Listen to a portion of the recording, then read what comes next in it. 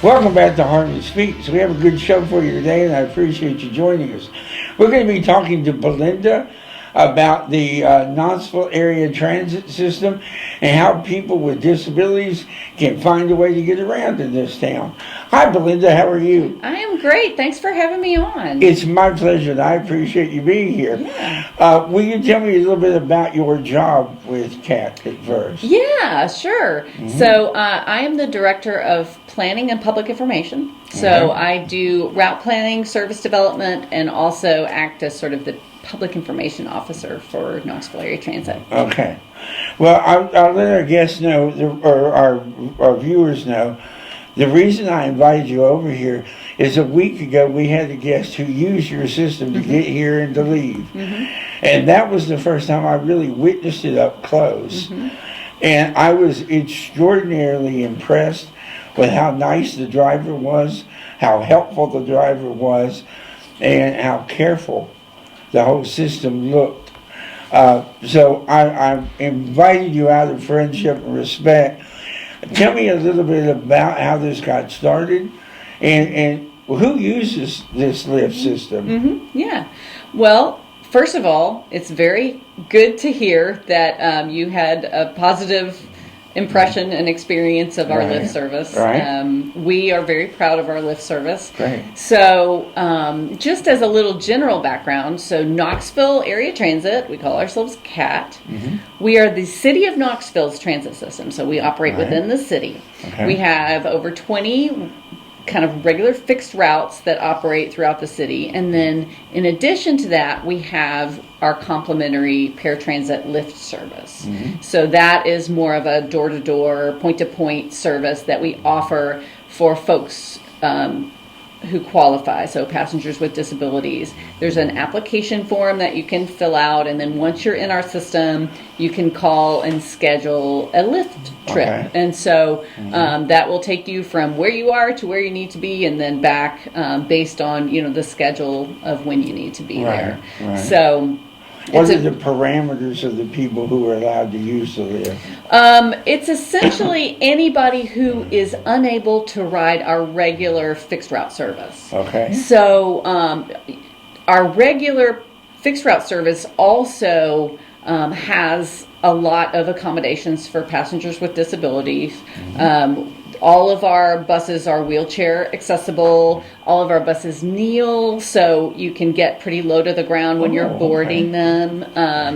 So, lots of great features there. We have audio messages within, so if you are visually impaired, you can hear when your next stop is coming up, and so there's that as well as scrolling signage.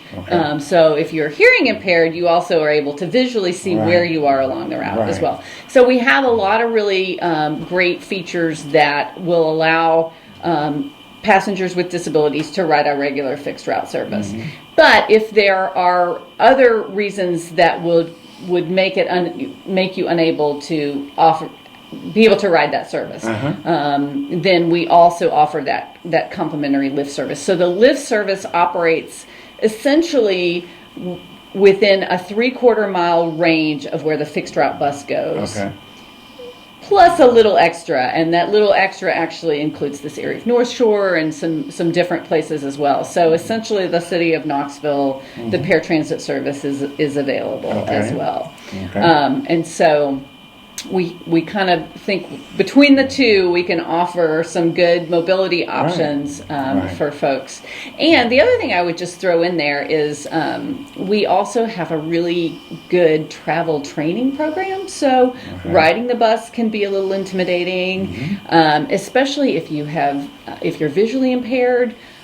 We can kind of walk you through kind of specific trips you might want to make so that you become familiar and know where the sidewalk ends, where the push buttons are, on the kind of the on-street experience as well.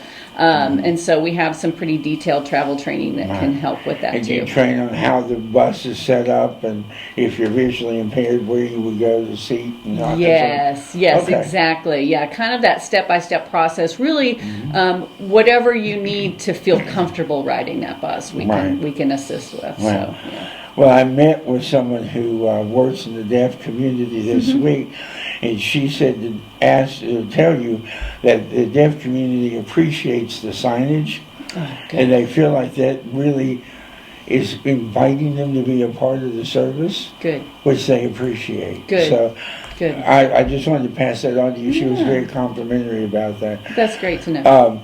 Do your drivers go through some training to help them learn how to deal with people with disabilities, or what do they do? How do they do that? Yeah, so our operators have an extensive amount of training that they go through, and then ongoing kind of refresher training as well. But our operators who operate the lift service have a little bit of additional training specific to the lift. So operating the vehicle itself, the wheelchair lifts vary by the kind of vehicle. So some of them kind of raise up pretty high, and so it's about safely operating those vehicles for our customers, and also just providing that quality experience, and being understanding and empathetic, and we hope that message gets through to our operators, and then thus to the public as well. And wheelchairs are actually attached inside the lift, correct? Yes, they are tied down, and they are on our fixed route buses as well. There are places within specific to the fixed route regular route system where wheelchairs are tied down, and the operator does that. So we deploy a ramp that goes down, and of course the bus kneels, so it's a pretty low grade ramp, and then there are specific locations at the front of the bus where we flip up the seat, and a wheelchair is maneuvered in there, and the operator will tie that wheelchair down with specific points. So it's a great system, and it's a similar system on our lift vehicles as well. I have to see this bus kneel. I've never seen that before. I would like to see. They do that naturally when I step on the steps because I weigh so much. But I've not seen it done different. Yeah, I'm sure. And the drivers are usually going, whoa! But, you too, Neil. But anyway, I don't want to leave him out. Who am I kidding? Neil won't show up on time for the bus. He'll catch the next one. I had to do that. I deserve that. How do you reach out to the disability community to help them know about what's involved? Sure. So we have some great partners. The Disability Resource Center is one of our partners. We love DRC. They're wonderful partners to have. They're really helpful for us when we're rolling out new technology or really trying to solve problems that we're hearing about. They're a great resource for us. And then, of course, the city's Council on Disability Issues. We're very involved with them. And one of our board members is actually a Cody representative as well. So on our Knoxville Transportation Authority board, we have disability representation as well. And they, and we so appreciate those partners because, they're the folks who let us know what the experience is and how we can make it better, and in just making us aware of that experience, that we don't always think about, can help us solve those problems and make our transit system even more available to more people. So so we definitely love our partners. Well, that's fantastic. I'm glad you reach out like that. What do you see as the future? What do you need to incorporate that we haven't done yet? So, some of the things we're looking at, we are working on improving our technology right now. And one of the things we're looking at is, a lot of times it's just sort of incremental improvements with technology and software and things that are just kind of over my head, but luckily someone else is on them. One of the things we're looking at right now is we're doing some technology improvements to our, what we call AVL, automated bus locator, AVL, vehicle locator system. So what that does is it, uses GPS to tell us and our passengers who might use an app where the bus is. But it also is what triggers those in-bus audio announcements and visual announcements. And so we're working with a new system that's going to vastly improve those. More audio announcements so you can really tell where you are along the bus route. So that's one thing we're working on. Another thing is at Knoxville Station, on our platform itself, each bus route has an individual sort of platform or bay that it pulls into. And so right now there's a scrolling sign that will tell you when the bus is due. But at the time we built Knoxville Station, we were unable to also have an audio message as well, where somebody could push a button and get what that scroll says.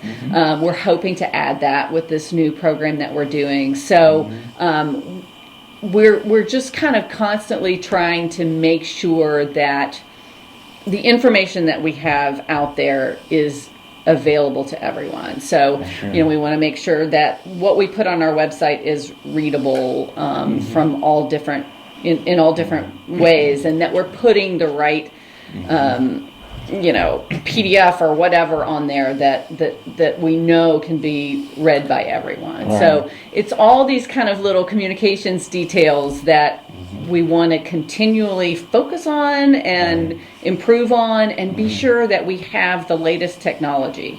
Technology is always improving, so we want to be sure that we're up to speed on those things and continually improving too.